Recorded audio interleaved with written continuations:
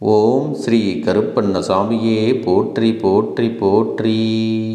என் அன்பு குழந்தையே, இன்று உன் அப்பன் கருப்பண்ணசாமி உன்னுடைய குலதெய்வத்தை ஒருவரின் வீட்டு வாசலில் கண்டேன்.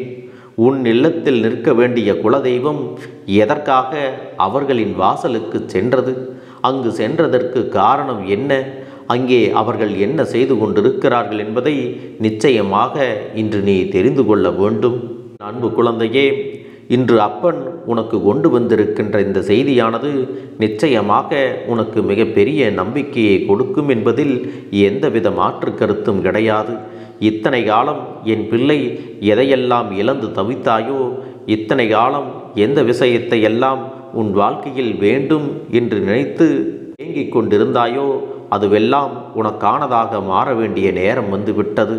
என் பிள்ளையே, உன் குலதெய்வம் ஒருவரின் இல்லத்திற்கு செல்ல வேண்டிய அவசியம் என்னவென்று நீ அறிய வேண்டும் அல்லவா?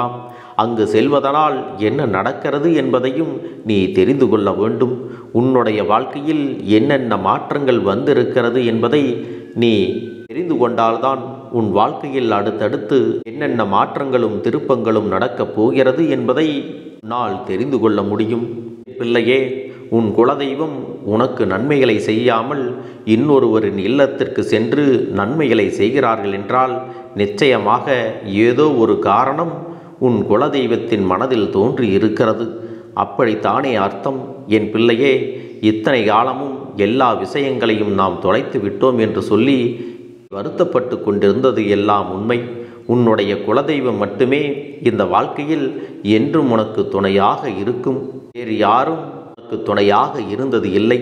என் பிள்ளையே, அப்படி இருக்கும் பொழுது உன்னுடைய குலதெய்வம் இன்று உனக்கு உறுதுணையாக இல்லாமல் எங்கோ சென்றிருக்கிறது என்று யோசிக்கும் பொழுது நிச்சயமாக உனக்கு மனதில் எந்த அளவிற்கு வேதனையை கொடுக்கும் என்பதை என்னால் புரிந்து கொள்ள முடிகிறது.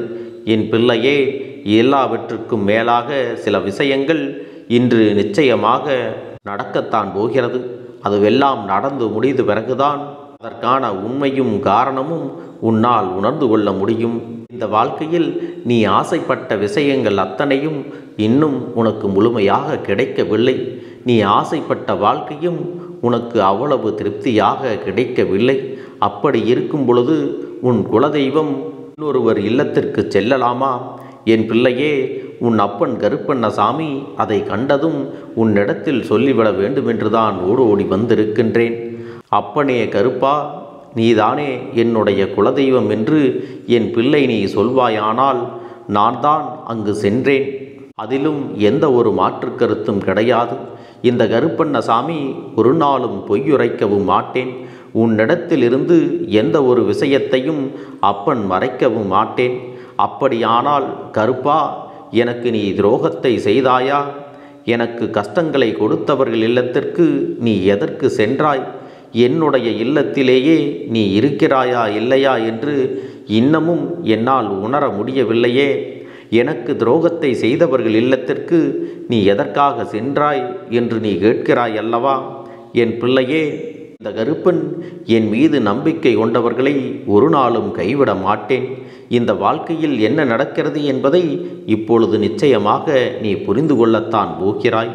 உன்னோடு நான் இருக்கின்ற இந்த நேரம் பிள்ளை, நீ கஷ்டப்பட்டு இந்த வாழ்க்கையில் சேர்த்து வைத்த உன்னுடைய நம்பிக்கை தெய்வத்தின் மீதானது மட்டுமே. வேறு எதையுமே என் குழந்தை பெரிதாக சம்பாதிக்கவில்லை என்பதுதான் உண்மை. அப்படி இருக்கும் பொழுது உன் தெய்வம் உன்னை கைவிடுமா? உனக்கு துரோகத்தை செய்தவர்கள் இல்லத்திற்கு உன் தெய்வம் எதற்கு செல்லும்? அவர்களை நிச்சயமாக பழி வாங்குவதற்காகத்தான் அங்கு சென்று இருக்கிறது. எல்லாம் உனக்கு புரிய வேண்டாமா? இந்த கருப்பனாக இருந்தாலும் சரி, அல்லது உன் குலதெய்வம் வேறு யாராக இருந்தாலும் சரி, அவர்கள் இப்பொழுது நின்று கொண்டிருப்பது உன்னுடைய துரோகியின் இல்லத்தின் வாசலில்தான். இன்று உனக்கு எதிராக வேலை செய்தவர்களுக்கும் உன்னுடைய துரோகிகளுக்கும் எதிரிகளுக்கும் என்ன கிடைக்கப் போகிறது தெரியுமா?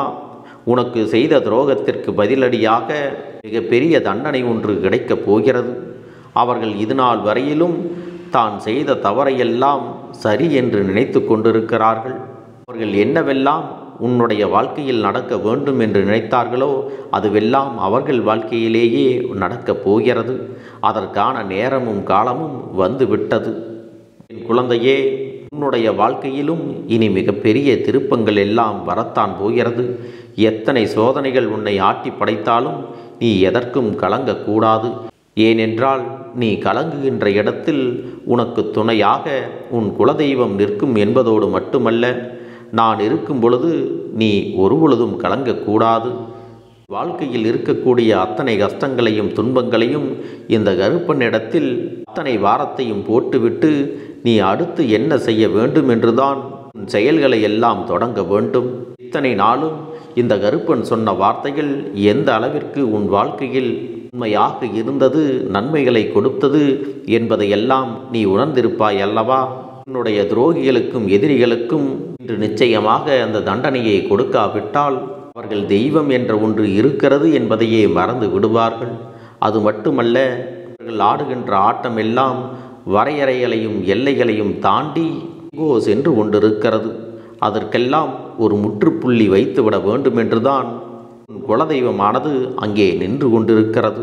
அப்படியானால் தெய்வம் கொடுக்கக்கூடிய தண்டனை எப்படி இருக்க வேண்டும் என்பதையும் நீ தெரிந்து கொள்ளத்தான் போகிறாய். பிள்ளையே, அவர்களின் இல்லத்தில் இனியும் கொஞ்சம் கொஞ்சமாக பல விஷயங்கள் நடப்பதை நீ தெரிந்து கொள்ளத்தான் போகிறாய். அதாவது யாரேனும் ஒருவருக்கு ஏதாவது கஷ்டங்கள் தொடர்ந்து வந்து கொண்டேதான் இருக்கும். அந்த கஷ்டம் மீள முடியாத கஷ்டமாக இருக்கும். அவர்களால் மீண்டும் இயல்பான வாழ்க்கைக்கு திரும்பி வர முடியாத விஷயமாக இருக்கும். அவர்கள் அதையே நினைத்து நினைத்து கண்ணீர் வடிக்கக்கூடியதாகவும் இருக்கும். எப்படி, எதற்காக இப்படி ஒரு விஷயத்தை செய்ய வேண்டும் என்றால் அப்படி விஷயம் உனக்கு நடக்க வேண்டும் என்றுதானே அவர்கள் ஆசைப்பட்டார்கள். அதற்காகத்தானே உன்னை வேதனைப்படுத்தி அங்கே சந்தோஷமாக இருந்தார்கள். அப்பன் உன்னோடு துணையிருந்த காரணத்தினால் அதிலிருந்து நீ தப்பித்து கொண்டாய். நான் மட்டும் இல்லை என்றால் அந்த நேரத்தில் உனக்கு என்னவாகி இருக்கும் என்று என்னால் நினைத்து கூட பார்க்க முடியவில்லை. அன்பு குழந்தையே, ஒருவர் செய்வினைகளை மற்றொருவருக்கு செய்து விட்டார்களானால் அது ஒருவரின் வாழ்க்கையே பருத்திவிடும். அப்பேற்பட்ட செய்வினைகளை எல்லாம் இவர்கள் உனக்கு செய்து அதை நான் முறியடித்து விரட்டி அனுப்பி இருக்கிறேன் அல்லவா? இதுவரையிலும் நீ பட்ட கஷ்டத்திற்கு உன் குலதெய்வம் அவர்களை பழி தீர்க்கிறது. ஆனால் அந்த பழி நிச்சயமாக அவர்களை மனதளவில் காயப்படுத்தத்தான் செய்யும். அப்பொழுதுதான் தான் செய்த தவறு எத்தகைய தண்டனையை கொடுத்திருக்கிறது என்பதை அவர்களால் உணர்ந்து கொள்ள முடியும். என் பிள்ளையே, இப்பொழுதாவது உன் குலதெய்வம் எதற்காக அங்கு சென்றது என்பதை தெரிந்து கொண்டாய் அல்லவா?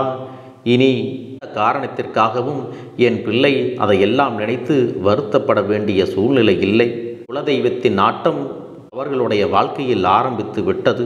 அதிலும் உனக்கு செய்கின்ற துரோகங்களும் துரோகிகளும் நிச்சயமாக அழியப் போகின்ற நேரமும் வந்துவிட்டது. இனி என்ன நடந்தாலும் எது வந்தாலும் அதிலிருந்து உனக்கு நன்மைகள் மட்டுமே கிடைக்கும். இதையெல்லாம் உன் கண்கூடாகவே நீ காணத்தான் போகிறாய். என் அன்பு குழந்தைக்கு இந்த கருப்பண்ணசாமியின் ஆசீர்வாதங்களும் அன்பும் துணையும் என்றென்றைக்கும் முழுமையாக கிடைத்து கொண்டே இருக்கும்.